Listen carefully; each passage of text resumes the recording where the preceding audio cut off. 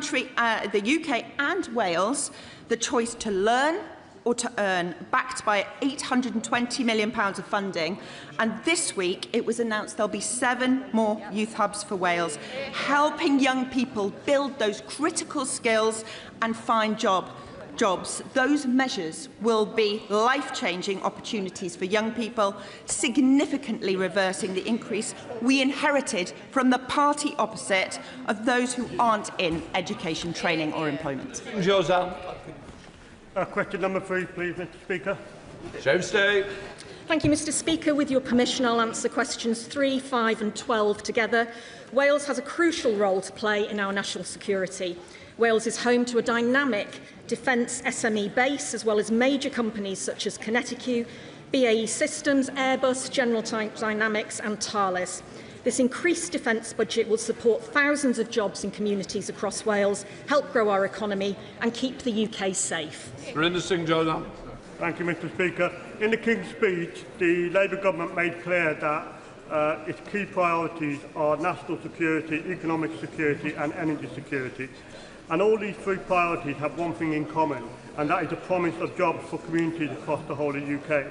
The Defence Growth Deal stands to unlock some 50,000 new jobs across the UK, including thousands of well-paid jobs and skilled jobs in Wales. So would the Secretary of State tell the House how defence spending is having a positive impact in Wales?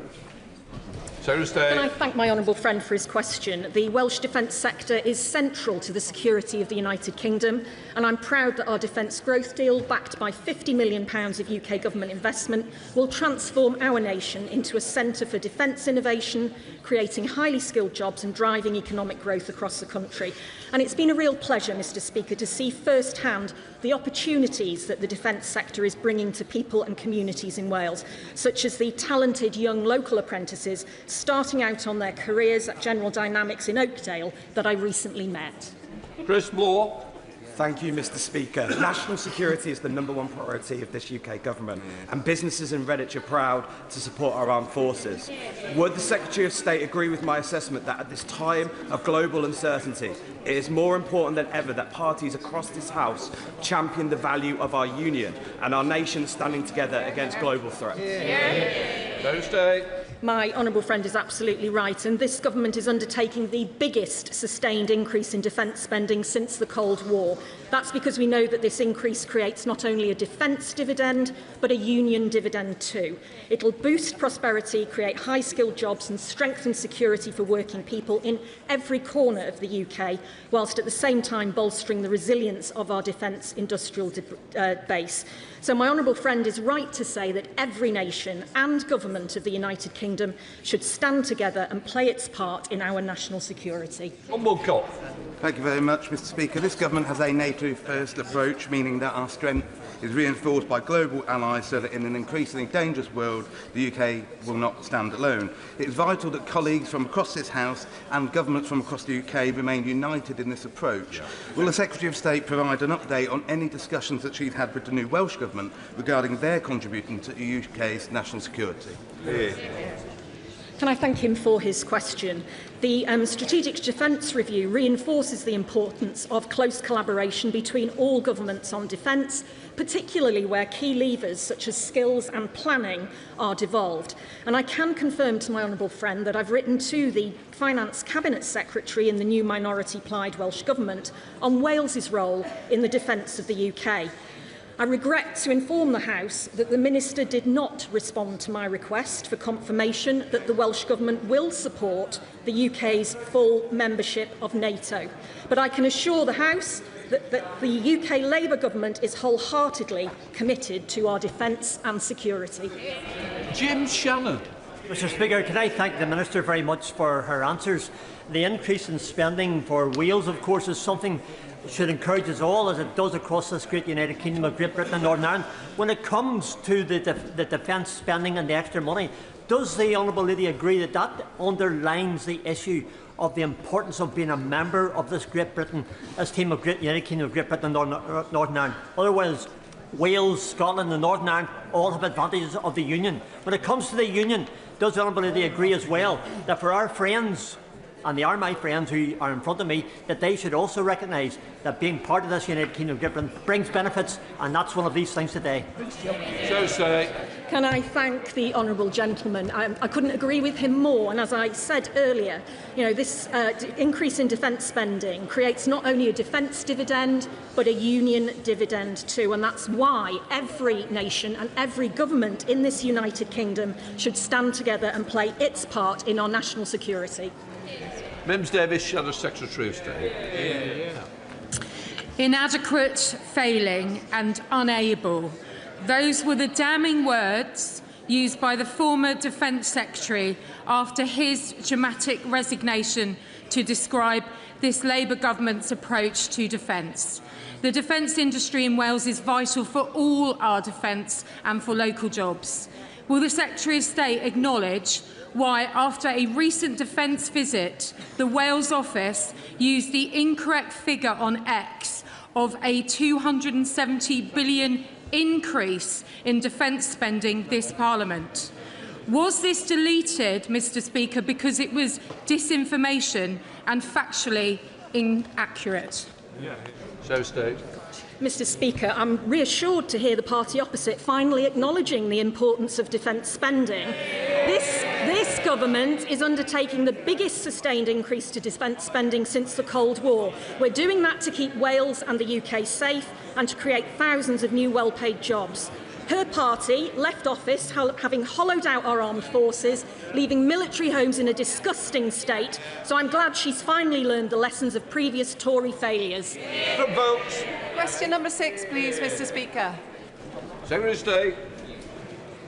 Mr Speaker, the UK government is strengthening the Welsh economy, helping businesses grow and supporting thousands of good, well-paid jobs, whether that's nuclear energy in Wilver, offshore wind in Port Talbot, or connecting our communities with the £14 billion pipeline of rail projects.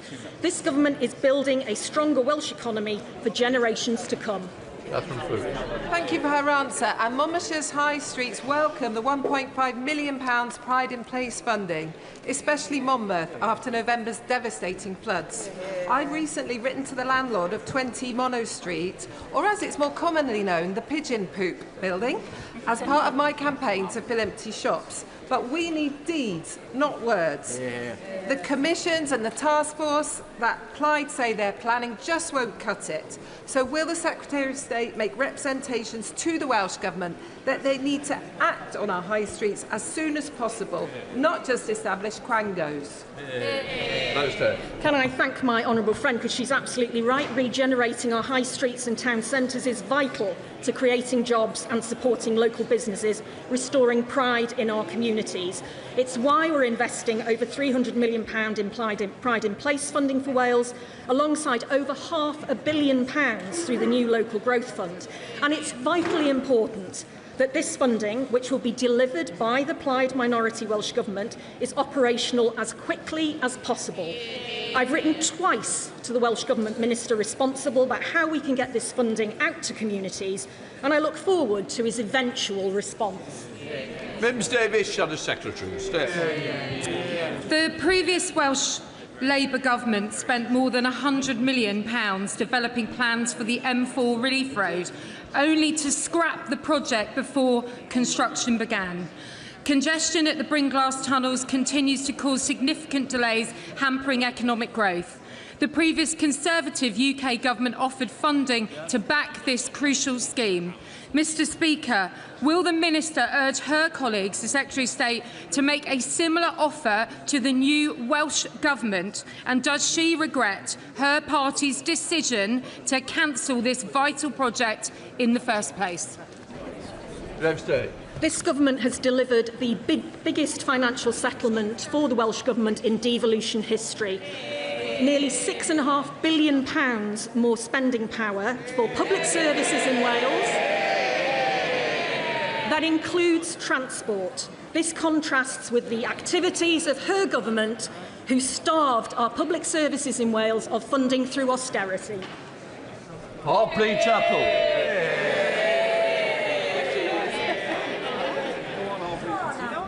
Hang on, Minister.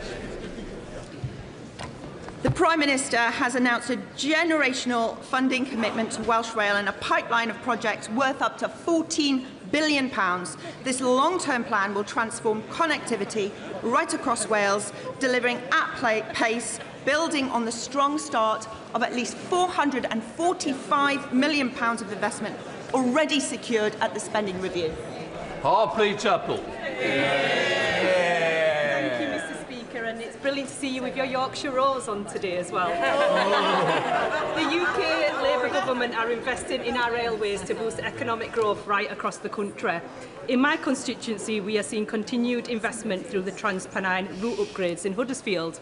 Can the Minister set out what rail upgrades are coming to Wales and in particular how this will deliver economic growth and boost employment across the nation? Minister. I thank the member for her excellent question. We have agreed, as I've said, £14 billion long-term plan for Welsh Rail, with work starting immediately. That spans 43 projects at every corner of Wales, unlocking around 12,000 jobs, new stations. Faster and more reliable trains will connect people with communities and jobs right across Wales, benefiting the whole of the UK. We now come to questions to the Deputy Prime Minister, Dr. Lawrence Sullivan. Question number 1, please, Mr. Speaker. Deputy Prime Minister. Mr. Speaker, I've been asked to reply on behalf of the Prime Minister, who's attending the G7 summit in Evian.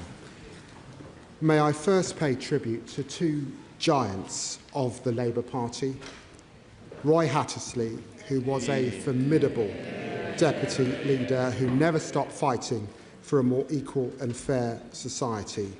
And we also remember our beloved colleague, Jo Cox, and honour her memory for working to bring our communities together, celebrating the decency and the compassion that defines this country. I also want to remember the 72 lives lost at Grenfell Tower. The legacy of that appalling tragedy must be a safe, secure home for everyone in this country. And finally, let me congratulate Scotland on their first win at the Men's World Cup for 36 years. That's what happens, Mr. Speaker, when your captain signs for Spurs. And can I wish England the best of luck for their first match this evening. Mr. Speaker, this morning I had meetings with ministerial colleagues and others. In addition to my duties to this House, I shall have further such meetings later today. Can I associate myself with the Deputy Prime Minister's remarks and pay tribute to Jo Cox? I also wish England's men's team all the best tonight. May they follow the Lionesses and Scotland men's winning team's winning example. Does my right honourable friend agree with me that our town and local centres, particularly our independent small businesses, are the lifeblood of our economy? And can he confirm that this Labour government to do what it takes to unlock the potential of our local economies, such as supporting mine and my honourable friends, the member of Thurrock's campaign to restore the Gravesend-Tilbury ferry that was cut by the Conservatives? Deputy Prime Minister. Well, can I congratulate my honourable friend on her campaign to restore Gravesend to Tilbury ferry. I agree that town centres are the heart of our communities and we're determined to help them thrive. Our high street strategy, backed by over £300 million worth of investment, will build on our work to rejuvenate high streets across the country. We're also putting power into the hands of local communities through our flagship Pride in Place programme, and that includes £1.5 million for Gravesham.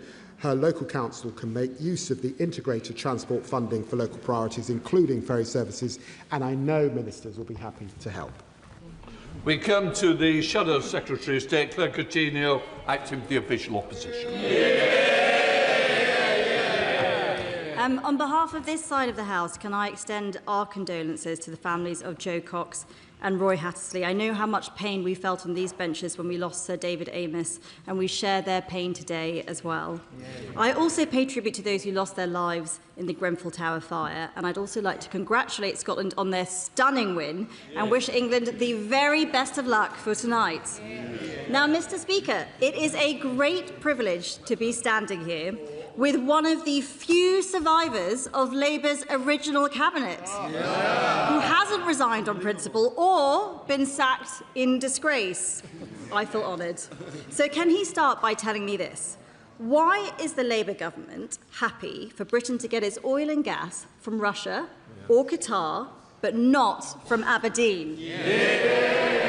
Deputy Prime Minister. Well, can I welcome the Shadow Energy Secretary to the dispatch box? It's always good to hear from someone who was the heart of the Treasury during the biggest fall in living standards on record. The Children's Minister in government that plunged hundreds of thousands of children into poverty, and the Energy Secretary who showed an unwavering commitment to the cause of net zero, even though she's now forgotten that. Don't believe everything you read in the papers. The Prime Minister and the Energy Secretary have been discussing cutting bills by over £100. We've got our Warm Homes plan lifting millions of families out of fuel poverty and securing enough energy projects to power 23 million homes. She was the Energy Secretary who left our country exposed to global fossil fuel markets. We're delivering clean energy security. Mr. Speaker, bills came down £500 under me. They've gone up £300 under these guys. And this is nonsense. His party are banning new oil and gas licences in the North Sea. And these guys over here, they're no better, because this is the same policy that the SNP championed for years. It is pointless virtue signalling, and it's destroying well-paid jobs. So can he tell the House how many jobs have been lost in Aberdeen since Labour came to power? Deputy Prime Minister. I remember when the Energy Secretary championed net zero. She said in 2023, we cannot prosper, nor can our children flourish if we don't decarbonise energy. The Tories used to believe this 3 years ago. Now she's forgotten because they're desperately chasing reform, and we know it. Over 700 jobs were lost during the last 10 years when they were in power. Production fell 75% over the last 25 years. We've secured over £900 billion worth of investment to support more jobs by taking control with renewables, and there are over 100,000 jobs in Scotland supported by clean power. We're building on that, led by the Great British Energy, headquartered in Aberdeen. Mr. Speaker, let me help him out. 1,000 people are losing their jobs every month in places like Aberdeen South because of Labour's policies. They say those oil and gas workers can get new green jobs, but what they don't say is those salaries pay half as much. So can he tell the House how he would feel if the government forced him to take a 50% pay cut? Deputy Prime Minister. The Honourable Lady used to be an investment banker, and she's got her facts wrong. Oil and gas is coming out of the North Sea 24/7. In the first 3 months of this year, 52 million barrels of oil came out. 44 million barrels equivalent of gas came out. We're not turning off the taps.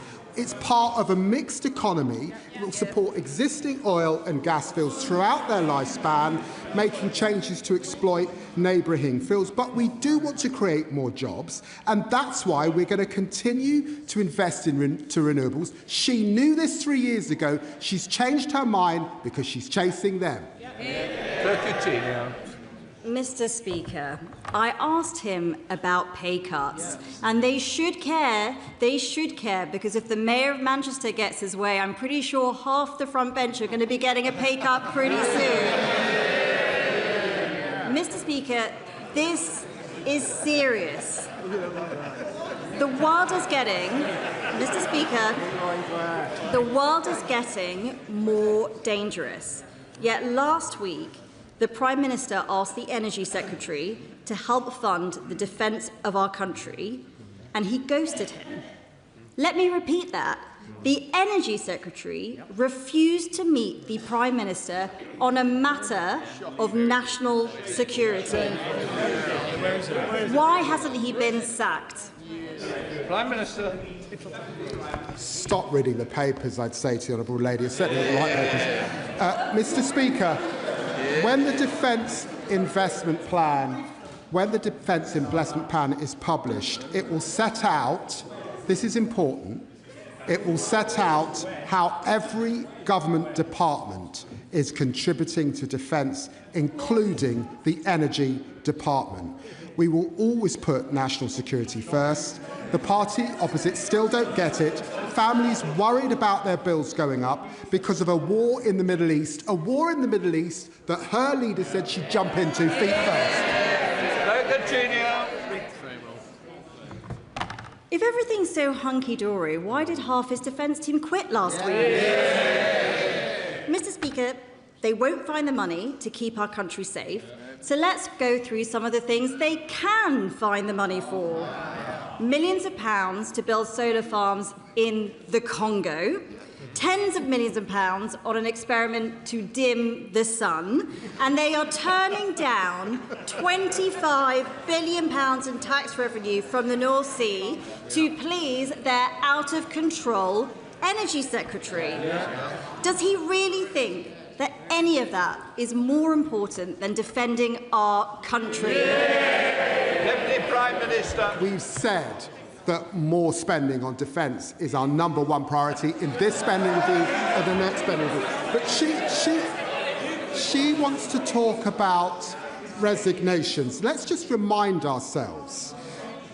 The Tory Defence Secretary that resigned in the last government, the member for Stone, who was sacked for breaching national security.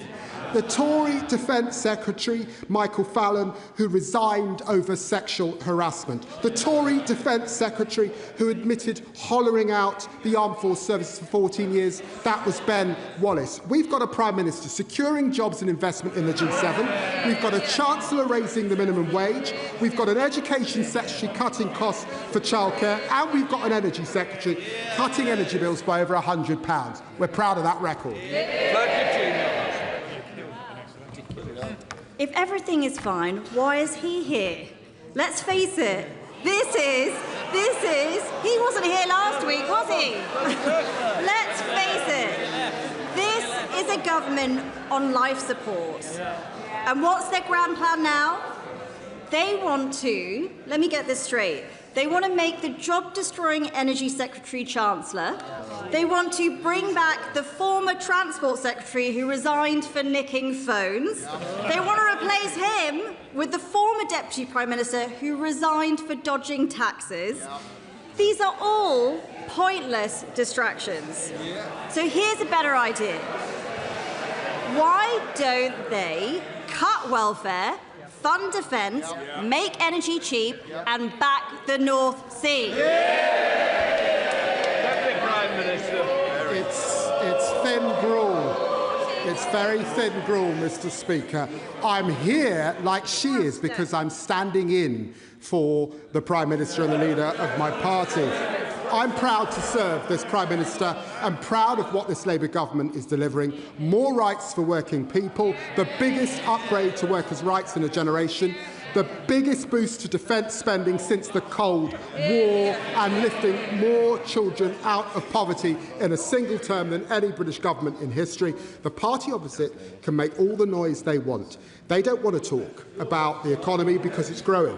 They don't want to talk about the NHS because waiting lists are falling, and they don't want to talk about immigration because they lost control of our borders and net migration is down under us 82%. They had their chance, they blew it. We're building a stronger, fairer Britain. I also want to pay tribute to Jo Cox and her family. And the commitment in her name that we tackle division and extremism, because we saw extremism play out on the streets of Belfast last week, a pogrom, families burnt out based on the colour of their skin, health workers stopped for ID by masked thugs, small businesses ordered to close, and many minorities are still living in fear after a list of their addresses was circulated widely online. They deserve more than sympathy and warm words. They deserve to know that governments are serious about confronting hatred on and offline. The UK Government and the Northern Ireland Executive spend millions each year on programmes intended to tackle paramilitarism, but decades after the Troubles, individuals linked to loyalist paramilitaries had a role in directing and fuelling the disorder last week, including menacing a senior journalist on tape. Will the UK Government commit to reviewing how the Northern Ireland Executive is gripping or failing to grip paramilitarism, and will they ensure that public money never reaches individuals or groups who fuel, orchestrate or benefit from intimidation and hate? Prime Minister. Well, Mr. Speaker, can I join her in utterly condemning the violence? People are right to feel sickened by the sight of people being burnt out of their homes because of the colour of their skin. That is racism, and Mr. Speaker, those responsible will face the full force of the law. We must never go back to 1950s Britain, where my father arrived to signs saying no blacks, no dogs, no Irish. We are focused on bringing people together, and that includes providing a further £24 million to help tackle paramilitarism, acting to tackle those inciting hatred online, and our social cohesion plan is about bringing our communities together. I'm happy to work with all parties in that endeavour. Daisy Cooper, Deputy Leader of the Liberal Democrats. Thank you, Mr. Speaker. Can I associate myself and my party with the Deputy Prime Minister's tribute to Jo Cox? We extend our condolences to her friends and family and to all those of Roy Hattersley as well. And can I join with the Deputy Prime Minister in remembering the horrific tragedy of Grenfell and that those families still are awaiting justice?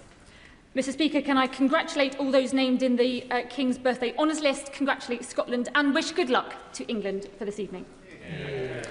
Mr. Speaker, the Right Honourable Member for Rawmarsh and Conisbrough is respected across this House.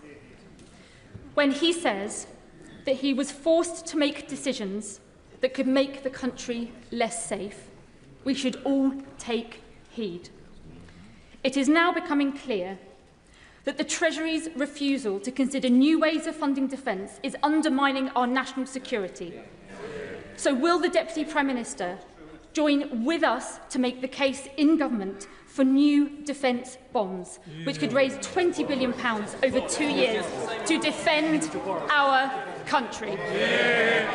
Deputy Prime Minister. Well, can I say to the Honourable Lady that we do believe that we should work with our allies to join up defence procurement and funding. That's why we're exploring the most effective mechanisms for multilateral cooperation.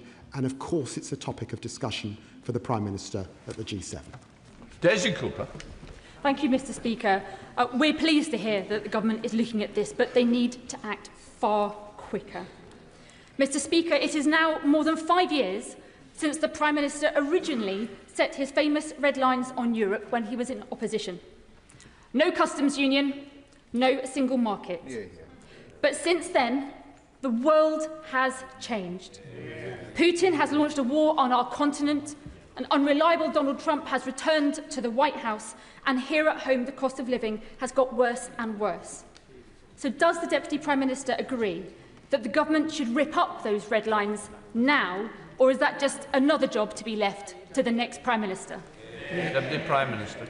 Well, I was proud to be the Labour Foreign Secretary that returned to the meeting of European Foreign Secretary and work alongside my colleague in the Cabinet Office to ensure that we were at that summit, and it was successful last year. And I've just confirmed the next summit will take place on the 22nd of July.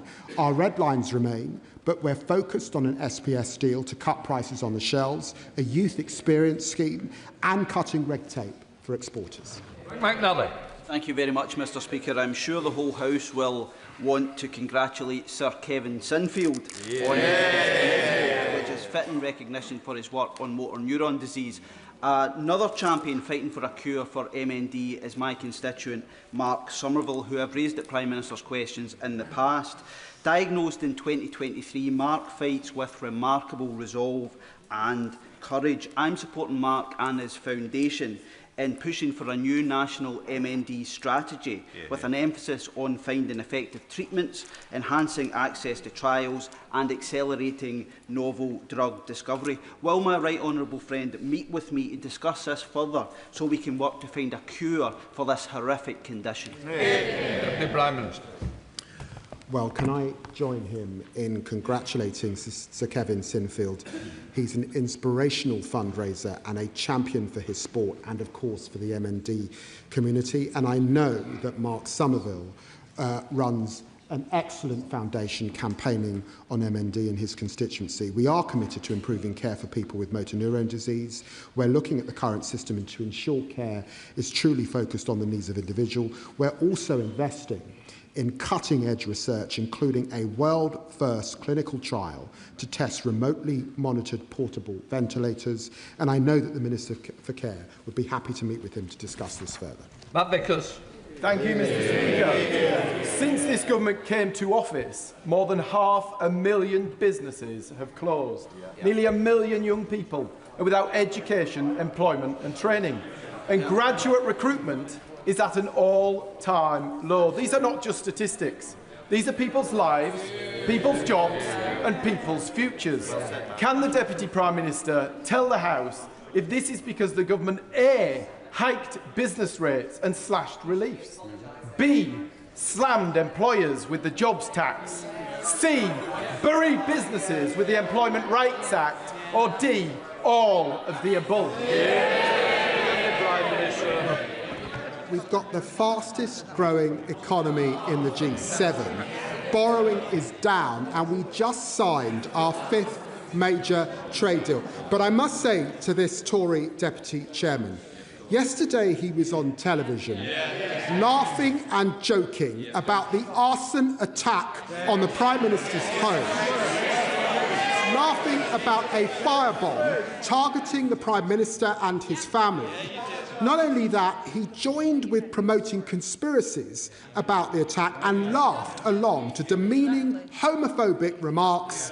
He should be ashamed of himself. Absolutely ashamed. My advice to him is to grow up, apologise and do considerably better. Sarah Owen. Thank you, Mr. Speaker. The Makerfield candidate for reform has disgracefully said, and I quote, "The majority of abortions are for vanity purposes." He described mums, in his words, with their fat bellies pushing prams in their PJs, and failed to apologise to national treasure Carol Vorderman for endorsing sexually explicit comments about her. Mr. Speaker, this exposes the rank hypocrisy of reform politicians talking tough on Vogue, but in reality having zero respect for women. Does the Deputy Prime Minister agree with me that reform has a problem with women, further highlighted by seemingly welcoming a woman beater into their fold? Prime Minister. My honourable friend makes a powerful point. The Prime Minister has rightly put tackling violence against women and girls at the heart of this Labour government. By contrast, I've been utterly appalled by what we've heard from the reform candidate in Makerfield, from vile sexist comments to saying Putin was within his rights to invade Ukraine. When the reform leader was asked about them, his answer was, "So what?" This speaks volumes about reform. The only way to stop their politics of grievance is to vote Labour. Thank you, Mr. Speaker. Can I also echo the tribute to Joe Cox, Roy Hattersley and the victims of the Grenfell Tower fire. Mr. Speaker, there are approximately 400,000 private hire and black cab drivers in the United Kingdom, and we rely on each and every one of them to keep our economy moving. It's concerning to hear that this government is letting Uber deploy robotic minicabs across London, with the potential of this being rolled out across the country. Our drivers already face unsafe working conditions, discrimination and low pay, and now they're becoming casualties of this AI drive. At the last general election, British people were promised jobs and better workers' rights. So I ask the Deputy Prime Minister, why is the government pushing an agenda that will drive tens of thousands out of work, and will you arrange for a meeting so we can have a discussion about this matter? Deputy Prime Minister. Well, can I say to honourable gentlemen, I attended the AI summit in India, and right across the world, all countries and many companies, and certainly tech companies, are at the forefront of this opportunity.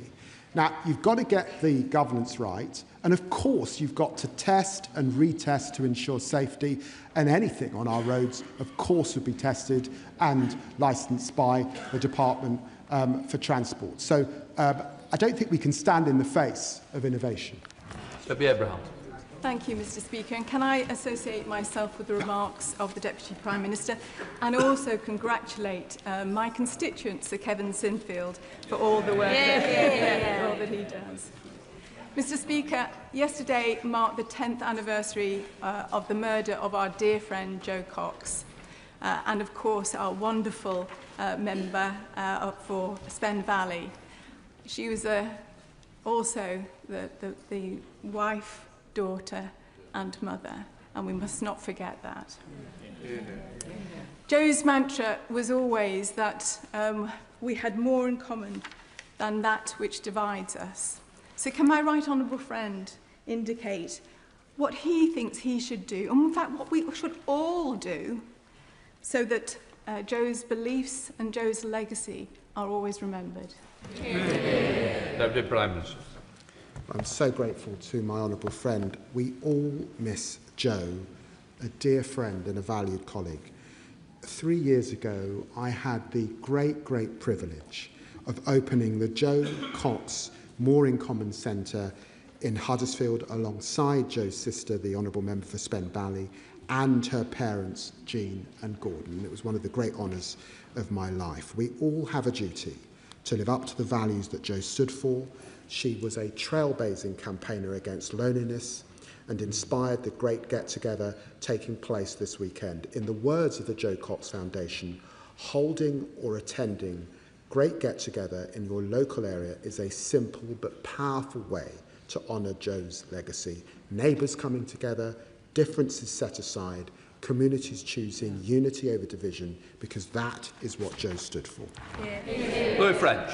Thank you, Mr. Speaker, and I'm sure we all share the thoughts regarding Jo Cox and her family here today. Mr. Speaker, I know that the Deputy Prime Minister has always struggled with police visibility, even when they are stood behind him.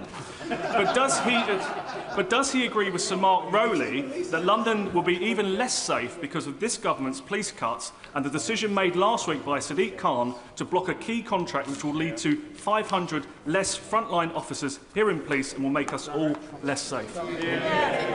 Deputy Prime Minister. I'm hugely grateful for the work of the Home Secretary and the previous Home Secretary for putting neighbourhood policing back at the heart of our communities and extra policing across the country. We remember on this side the decisions by Boris Johnson to cut policing across the country. I'll take no lectures from the honourable gentleman. John Whitley. Thank you, Mr. Speaker.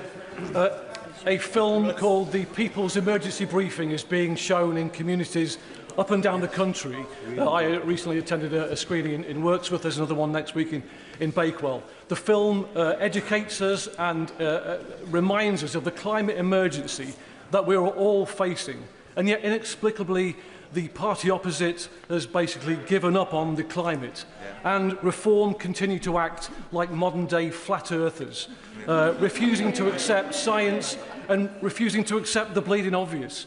So, can the Deputy Prime Minister please assure me that this Labour government will continue to do everything it can to combat man-made climate change?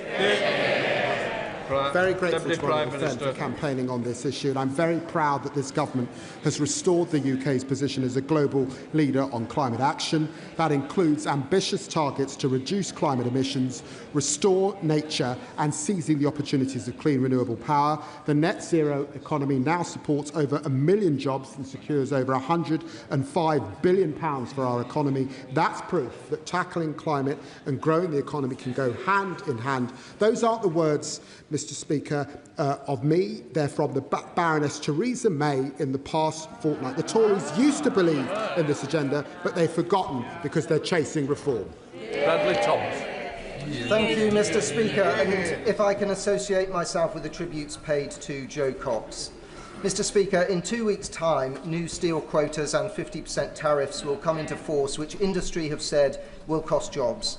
UKF Steel in my constituency have been clear. They have said that without a change of course, they will almost certainly cease trading before the end of the year, and that will cost 50 jobs in my constituency. Last week I attended a cross-party roundtable, and it was clear that my concerns are also shared by many Labour MPs who are concerned about job losses and further deindustrialisation. What action is being taken at the very top of government to mitigate the effects of what will be an imminent but avoidable economic disaster? Deputy Prime Minister. Well, he raises a serious issue, and he might have forgot that this House legislated emergency measures to save steel across our country, and of course we will continue to do more. And I would say to him that of course it was on the agenda for the Prime Minister at the G7. On to Becky Cooper. Thank you, Mr Speaker. It's great to see the NHS moving forward with a reduction in waiting lists and improving relations with our junior doctors, my fellow colleagues. But in order to keep our NHS working well in the long term, we must get serious about prevention.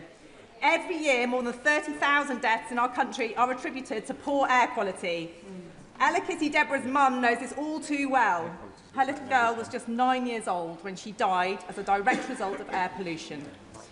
70 years on from the 1956 Clean Air Act, will the Deputy Prime Minister now support a much-needed update of this essential law to protect the future of our NHS and to keep our children healthy? Prime Minister. Well, thank my honourable friend for raising this. She makes a powerful point as someone who's worked for many years in public health. I've met Ella's family, including her mother, Rosamond. Her death was a tragedy, and this is an issue close to my heart. Through our environmental improvement plan, we're taking action to cut pollutants. That includes new targets to cut exposure to harmful particles by a third, and reforming industrial permitting to reduce emissions. A minister will be very happy to meet with her and discuss this further. George Bobrand. Thank you, Mr Speaker. As an Eastbourne boy born and bred, I can tell the Deputy Prime Minister that Eastbourne Pier is an iconic part of our heritage, an iconic part of our local economy, and an iconic part of me. I literally have it tattooed on me, and I can show the Deputy Prime Minister afterwards. But on a serious note, the residents of Eastbourne have become concerned for the pier's future after a company connected to the pier has fallen into liquidation, and indeed maintenance costs of piers across the country have been sky high. So will the Deputy Prime Minister back my Protect Our Pier campaign and meet with me to discuss emergency measures to safeguard our pier for the future? Prime Minister. What can I say to my honourable friend that I never thought I'd get a request to look at his tattoos, but I know that Eastbourne Pier is a much-loved, iconic local landmark. I believe he's meeting the Minister of Communities to discuss this campaign. I'm pleased we've allocated 20 million in Pride and Place funding to regenerate Eastbourne. It was one of the first seaside towns I visited as a young child, and this summer his constituents will be able to enjoy their day at the pier for less with our great British summer savings, with free bus travel for kids, cheaper meals and cheaper tickets to amusement parks. Thank you, Mr Speaker. Thames Water's headquarters are local to my town of Reading, but it's their distant creditors who are really in charge. Investors should be rewarded for success, but they should pay for their failures. That is why I strongly welcome the government's objections to the current creditors' deal. Under any deal or special administration regime, the company will be restructured. The question is whether that restructuring will be done only in the interests of senior creditors or with customers and the environment in mind. Will the Deputy Prime Minister tell us whose side he is on? Deputy Prime Minister. Well, can I thank my honourable friend for her dedicated work on this. I'm on the side of the people who elected us to clean up our rivers, our lakes and our seas. I'm on the side And this government is on the side of consumers paying the price for years and years of failure by them on the opposite side. We don't want Thames Water customers to have to pick up the bill for the company's failures. We stand ready for all eventualities. Labour has already blocked bonuses and introduced criminal sanctions for polluting water bosses, and we will go further by creating a new powerful regulator to hold all companies to account and clean up our waterways. Pritchard. Can I say to the Deputy Prime Minister, he's looking very Prime Ministerial today, and he certainly might got my vote if he decides to run for Labour leader on Friday. Trust me, it's a deliberate ploy. Trust me. On a serious note, Stoke Heath is a small rural settlement in the Wrekin constituency in Shropshire. Over the last few hours, I've been informed, I think very lately, by the way, that 121 asylum seekers will be going into that settlement. That is a 35% increase in the population over a matter of weeks. That's equivalent to 44,000 asylum seekers coming into the Deputy Prime Minister's constituency. Whilst this is a tolerant nation and a compassionate nation and an understanding nation, does the Deputy Prime Minister agree with me that that level of dispersal into a small, isolated rural community isn't fair? Deputy Prime Minister. Well, can I say to the right honourable gentleman, and he and I have sought common cause on a range of issues on a cross-party terms over the years. I'm proud that on that central issue, we have seen a reduction in net migration of 82% over the last 23 months that we've been in power. We cannot have to grip this problem and then in ensuring that people are detained most often so that they can be removed, saying, not in my patch. Now, I don't know the detail of his circumstances, and of course the Immigration Minister will look at it, but we have to be honest about what the British public expect us to do on their behalf. Moraz, Mr. Speaker. I welcome the government's willingness to take tough action to protect young people online, reflecting growing concerns about the harms that can arise from online platforms, including self-harm, suicide and poor mental health. The consequences can be truly devastating for those affected, including families in South East Cornwall whose experience I will never forget. Individuals and companies are promoting and profiting from harmful material and behaviour online that would rightly affect far greater scrutiny in the offline world. Freedom of speech must be defended, and currently what we have online is often not free speech, but manipulated speech. Companies with influence over what millions of people see should be held accountable and made responsible. So does the Deputy Prime Minister agree with me? And what further action will the government take to strengthen accountability and protect young people online before more lives are lost? Deputy Prime Minister. I agree with my honourable friend 100%. I thank her and know that she's worked closely with families affected by harmful content in her constituency. Our decision to ban social media for under 16s is a landmark moment which will ensure we better protect children and young people across our country. We will absolutely hold platforms to account for the harms that they can cause, and that's why we've also asked Ofcom to review their capability to enforce the social media ban and to publish a clear enforcement strategy. Christine Jardine. Thank you very much, Mr. Speaker. Earlier this week in Westminster Hall we had a debate on brain tumours, brain cancer, and the inequity of the service across the United Kingdom, highlighted by my constituent, Archie Goodburn, a Commonwealth swimmer who will be competing in Glasgow next month, but only got the treatment he needed after I approached the government and the government supported him. So will the government look at how we ensure people in all parts of the United Kingdom, regardless of devolution, get the best possible treatment for cancers? And Prime Minister. Well, there's a new target. 75% of patients diagnosed from 2035 will be cancer-free or living well after 5 years, and that means 320,000 lives will be saved. The cancer plan will end the postcode lottery on cancer, introduce a new 3-year neighbourhood early diagnosis fund and cover the cost of travelling for cancer treatment. I know the Minister's happy to meet with her to discuss further. Chris Spence. Thank you, Mr. Speaker, and I thank the Deputy Prime Minister and others for their comments about Jo Cox. Our thoughts are with her family today, as they are every day. Can I also thank the Town Park volunteers who I joined this morning in repairing the iconic zigzag bridge in Harlow. Harlow is going to be a site of one of the government's new youth hubs, another example of this Labour government investing in our town. I believe passionately, Mr. Speaker, that Harlow's young people have so much potential. Does the Deputy Prime Minister agree with me and agree that this funding will unlock that potential?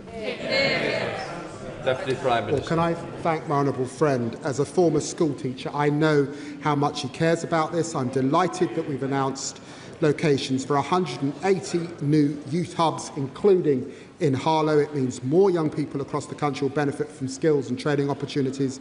And this week we've shown that this Labour government is working to transform the lives of our young people. I thank him for all his campaigning on behalf of his constituency, and I know a lot of the young people support Spurs. That completes questions. Let the front bench change over.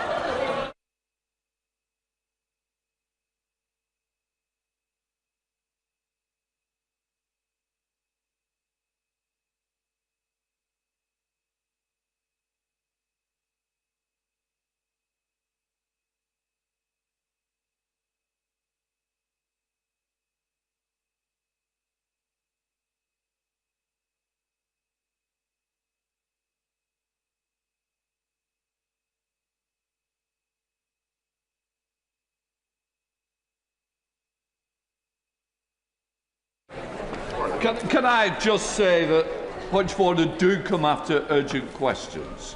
What I would say is today is a very important day. This is about Jo Cox. This is about bringing us together. This is about unity. And I hope that we have more temperate and tolerant language and respect for each other. And I would say that the Jo Cox great get-together is taking place at lunchtime in Speaker's House. Urgent question, Andrew Griffiths. Thank you, Mr. Speaker. Aerospace, automotive, Formula One. That's the question, then we get that, and then we come back to your speech. Ask the question. Just ask the question.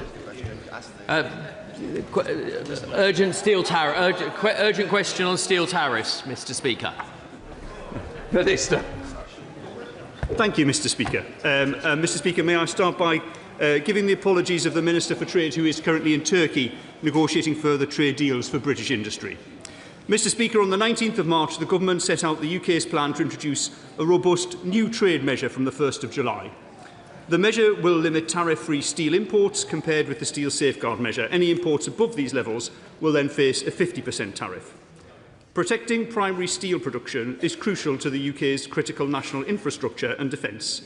That's why we've published a long-term plan for steel, and we're introducing a new trade measure countering the unprecedented and damaging effect of global overcapacity.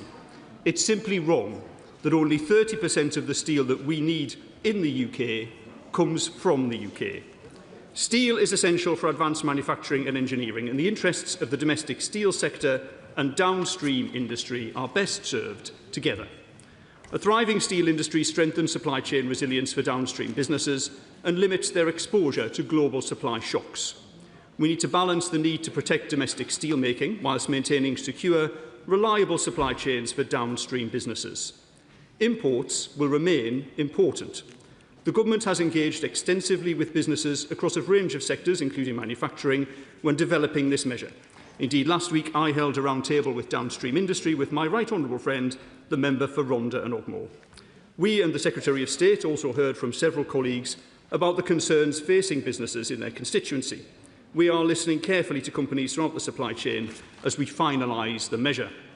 We've introduced a transitional arrangement under which the new measure will not apply to goods under contract before the 14th of March 2026 and imported between the 1st of July and 30th of September 2026. We've introduced a carryover mechanism to give importers more flexibility, and we will review the measure after 12 months to ensure it remains fit for purpose.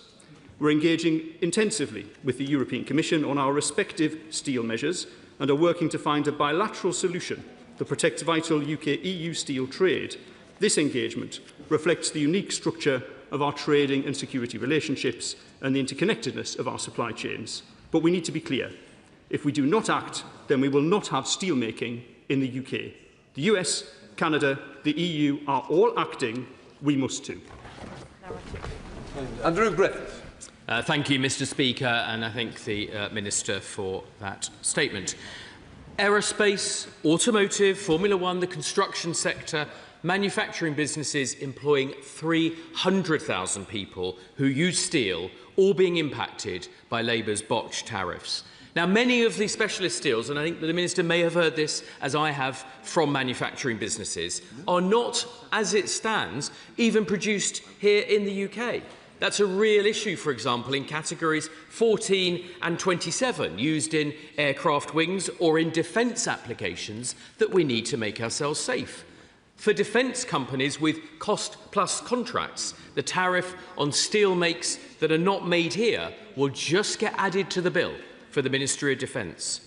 Will the Minister listen to Stephen Morley, President of the Confederation of British Metal Forming, who says the UK risks accelerating the decline of its manufacturing base rather than preserving it?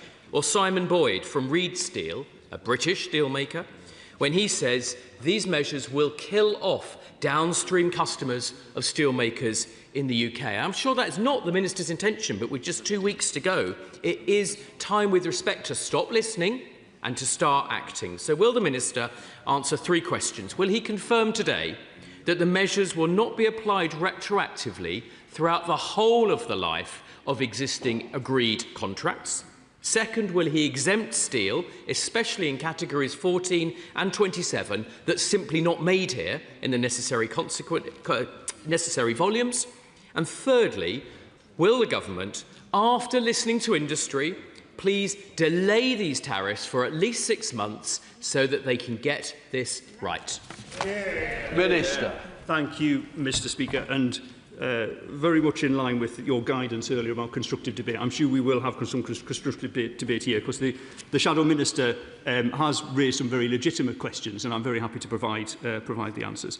I think we all recognise the importance of the steel industry and the downstream sector. There is definitely a point of agreement there. I think on this point of timing, which is a critical point, and on the face of it not an unreasonable request for a delay, I think the important thing to recognise is that our steel safeguard measure expires on the 30th of July. It is not possible for us to extend that. It's lasted for 8 years, and under WTO rules we couldn't extend that measure, so new measures are required. And of course the EU is introducing a new measure on the 1st of July. The US have introduced new measures, Canada have introduced measures. And so if we were to delay our measure, if we were not to introduce a measure, the UK would become the global dumping ground for subsidised steel. We are quite clear about that. That will be the end of our primary steel industry. So something needs to be done.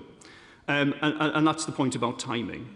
Now, in designing the measures, we've been very careful to ensure that the measures are targeted at those steels that are made or could be made in the UK. However, the categories are quite broad, and so we acknowledge that some steels that aren't made and couldn't be made in the UK could be swept up, and that's the point of the quotas. Since our draft measures were published, we've consulted extensively with industry. I do always listen to Steve Morley. I've known him for a very long time, and I do listen very carefully to what he says. But more than that, we've carried out extensive consultation. The Minister for Trade and I have met with the downstream group on 3 occasions. I've met with the Aerospace Growth Partnership, the Construction Leadership Council, and many other businesses. And we'll be publishing our final measures in line with our EU negotiations when they are completed in time for the 1st of July. Chair of the Select Committee, Liam Burke. Thank you very much, Mr. Speaker. I'm grateful for this urgent question. I'm today publishing the committee's correspondence with ministers after the roundtable we held with steel producers, expressing a very high degree of alarm that these measures were not in the right place and thousands of jobs are now at risk.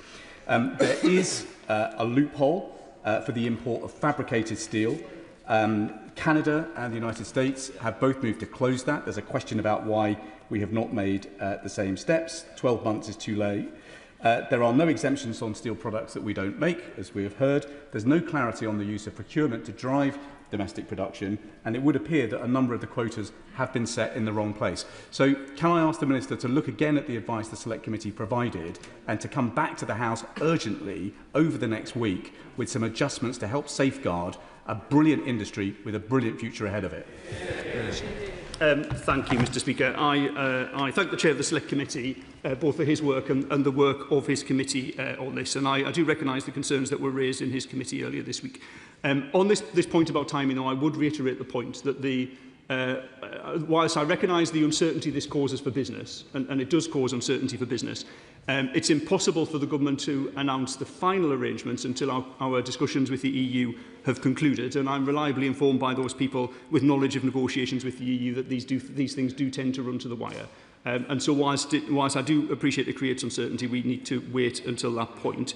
But to say that the feedback from industry around quota levels has been heard by government, and certainly we are looking at those quota levels, and that was the point of publishing the draft matters in the first place. All the Liberal Democrats, Thank you, Mr Speaker. The steel sector is a vital UK industry. We must support it in the face of numerous challenges, including China's unfair practices and Trump's trade war. But I am extremely concerned about the impact on parts of the steel industry's supply chain if these proposed tariff changes are implemented. We all want businesses to buy British, but that is just not an option if there is no domestic supplier that can meet the grades and certifications that its customers require. Businesses simply cannot buy British and will be punished by new tariffs as a direct result. The specialist steels needed by aerospace, defence and precision engineering are not made in this country in the grades or volumes that those sectors require. And qualifying a new source takes not a fortnight, but several years. The government is having already sufficient difficulty funding its defence investment plan without loading additional costs onto the defence manufacturers. Tariffs on steels not available in the UK will materially damage downstream manufacturers with serious implications for their competitiveness as well as investment and jobs. So can I ask the Minister, what response did he give experts in the manufacturing industry when they warned him about these matters? What conversations has he had with Tata Steels in determining the government's tariff position? Will he remove categories from the regime where no domestic production capability exists, in particular product codes 14 and 27, which are critical for the viability of many aerospace and defence manufacturers? And will the Secretary of State commit today to delaying or tapering implementation until proper mitigations have been put in place? Thank you, Mr Speaker, and I'd like to thank her for her constructive engagement on this issue with me over the last few weeks. The nub of her question, I think, is around domestic suppliers and the availability of domestic supply. And as I said, the measures have been designed to cover those steel categories that are made or could be made in the UK. And the particular issue that she's raising here is around speciality steels. And of course, we all understand the position with the speciality steels business in Stocksbridge and in Rotherham is that business is currently going through administration. And it was impossible for that business to compete in the UK whilst there was an influx of subsidised steel. And she asks me about the conversations I've had with industry. Well, I tell her what I said to the Aerospace Growth Partnership when I met them this morning, that clearly you wouldn't want to start here at this point. But this is about choices, and this government has decided that we do want to have a full aerospace supply chain, including our own speciality steels production. And that is a different choice to the choice the previous government made when they were approached by industry offering to co-invest in that site and keep it open, and they rebuffed all of those responses because their view was leave it to the market, let the steel plants close. Well, we are taking a different choice. Dame Jessica Bourne. Thank you very much, Mr Speaker. As the Minister knows, I represent Lammy, who produce galvanised steel. Can I repeat my ask to the Minister to be mindful of the impact of the scale of the allocations for non-EU countries on Lammy, and can I ask him to continue to liaise directly with Tata and the unions on this? Thank you, Mr Speaker. Yes, I am particularly concerned about the allocations for galvanised steel, as she says, particularly given the country's reliance on the Zodiac galvanising line in Llanwern, and that's a critical part of our steel and our national infrastructure. It's the only process route that we have to make car, auto body and various construction and coating steels. A lot depends on that plant in Llanwern, and I am considering it very seriously. Mike Wood. Thank you, Mr Speaker. Engineering firms in King's Swinford and South Staffordshire are integral to automotive and aerospace supply chains. So how can it be right or in the national interest that the steel that they import and use, they pay a tariff of 50%, but the European producers making those parts with the same steel will pay low or no tariffs?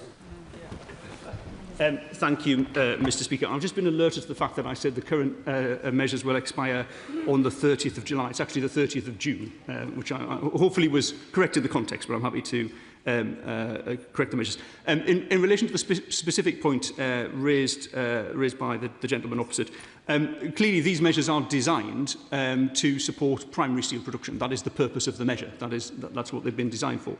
And it's really about getting the balance right between supporting that level of primary production in the UK and the issues with the downstream steel producers and ensuring that they can get the steels that they need within the UK or perhaps more broadly within the EU as we discuss our market arrangement measures with them. Antonio. Thank you, Mr Speaker.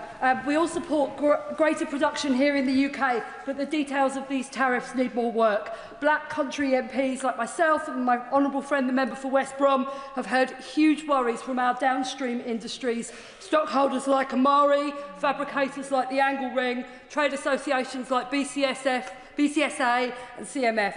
Can I ask the Minister to go away and review the details? We need protections for fabricated steel like Canada and the US have in place. Once again, we're seeing projects in receipt of massive public funding importing fabricated steel.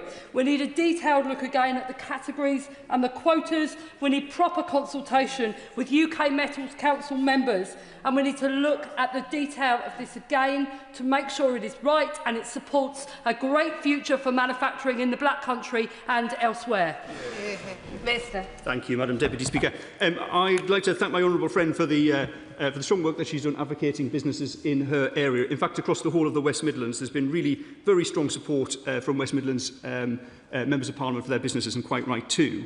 She may recall from the roundtable discussion we had with the Secretary of State and the Minister for Trade earlier this week, her concerns are being heard and taken into account. I want to reassure her about that. And also, I neglected to mention earlier the engagement we've had with the British Construction Steelwork Association, which she mentioned, and I want to reassure her that I and my officials are talking to them too.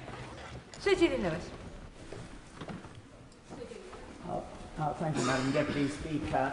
So the Minister says that the concerns about fabricated steel are being taken into account. Can he be a bit more specific about why it is that other countries have got protections for fabricated steel in their economies, but we don't yet have any in ours? Thank you, Madam Deputy Speaker. I can give a specific example, if that would be helpful.